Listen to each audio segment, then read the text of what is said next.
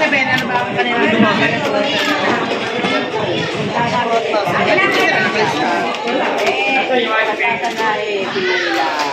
Good morning mga ka-idol, mga ka-Baronski. For today's video, nandito ako sa tabing dagat mga ka-idol.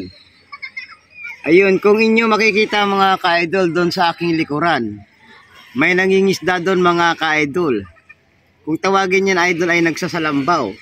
Ang hinuhuli ng mga yan mga ka-idol ay alamang na ginagawang bagoong dito sa aming lugar. Season ngayon mga ka-Baronski, mga ka-idol, kaya marami ang nagsasalambaw o nanguhuli ng hipon na yan.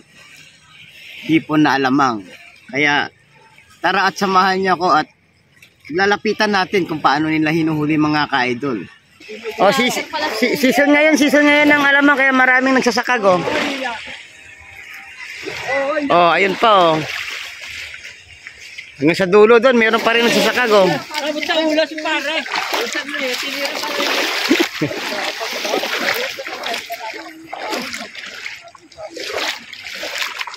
Alamin natin mga idol kung marami nang huli si pare. Ayun. Ganyan ng alamang pag buhay na buhay oh.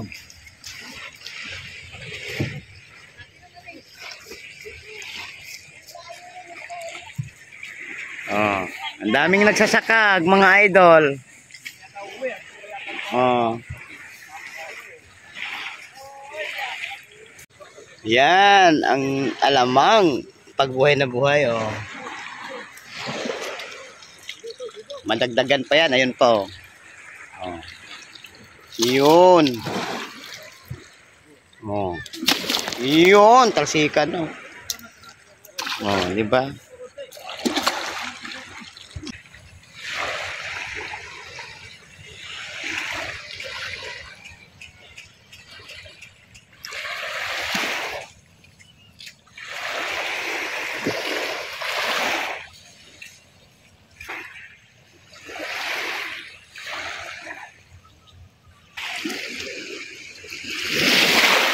Yun oh.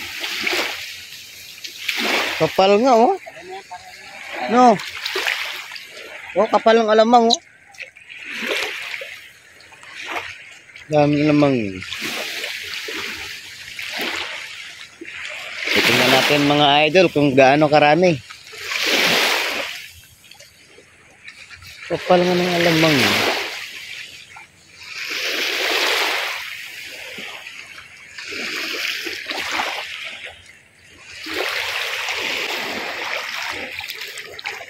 Marami-rami na rin.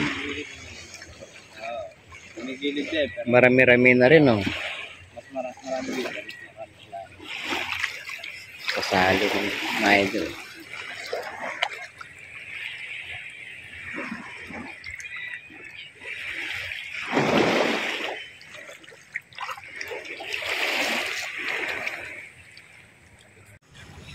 At ito pa nga mga ka-idol. Talagang season talaga ng pag-aalamang ngayon o pag-uhuli sa pamamagitan ng pagsasakag o salambaw kung tatawagin sa Tagalog mga ka-idol. Ito ang karaniwang ginagawa ng mga residente dito mga ka-idol. Pangunahing hanap buhay nila dito yun, yung pagsasakag at panguhuli ng alamang para gagawing bagoong mga ka-idol. Unang season nito mga ka-Baronski mga ka-idol. Talagang nagmamahalan ang presyo nito. Pero pagka ito ay dagsa na at dumadami na mga ka-idol at halos apaw-apaw na ang mga huli nito, ay halos nagmumura na ang presyo nito mga idol.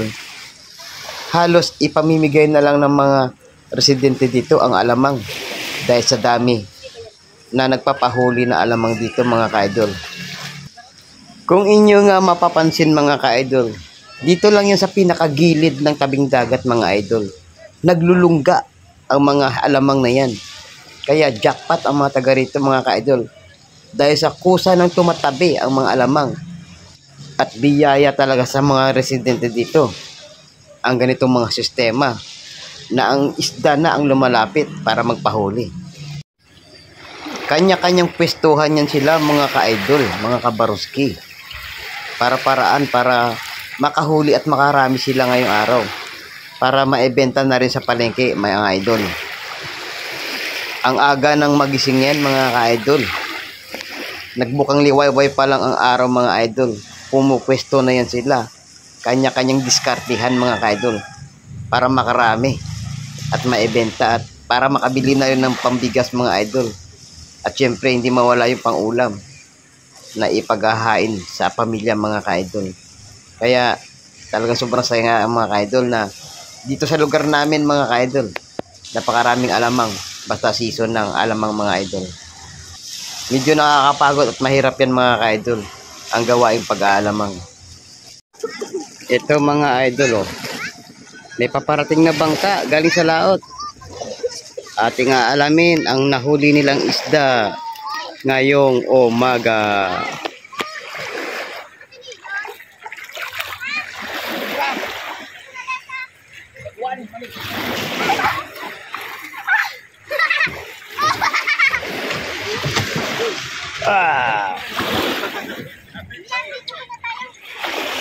Ayun ang huli, nakalagay.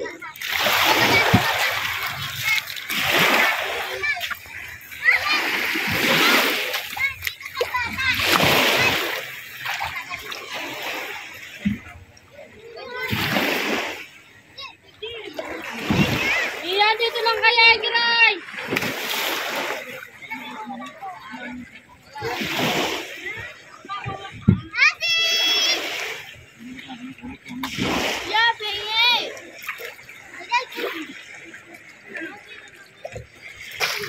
Alimasag pala, mga idol, ang nahuli nila pare.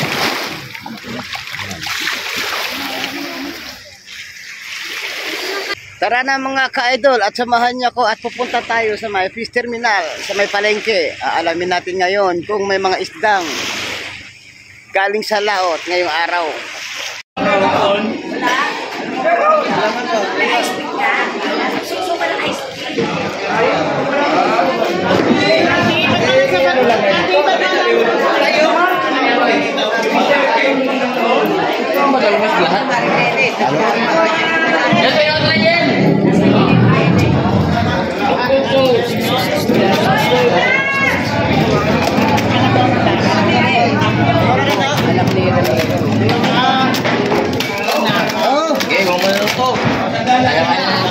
Muli mo yung kabasi doon, baka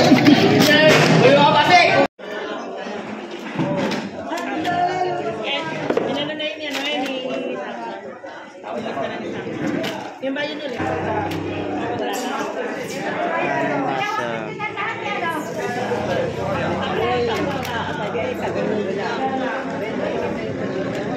Oh, teka lang. Nakikiramap.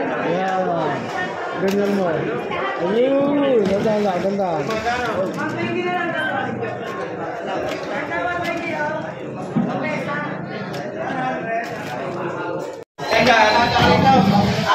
Sariwa, sariwa. Oh, Press na press. ang isda ni ate.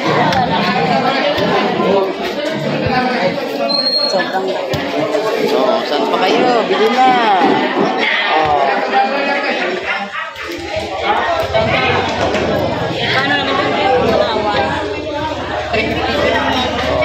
Mura-mura na. Sarang-sariwa pa. Ayun, mga ka-idol, mga ka-Baronski. Magpapaalam na po ako at nakita nyo naman ang mga huling isda ngayong araw dito sa palengke, dito sa amin sa Hulagan 1, Tansa, Cavite. Salamat sa pagtutok, mga ka-idol. Hanggang sa muli, mag-ingat po kayo palagi. God bless po.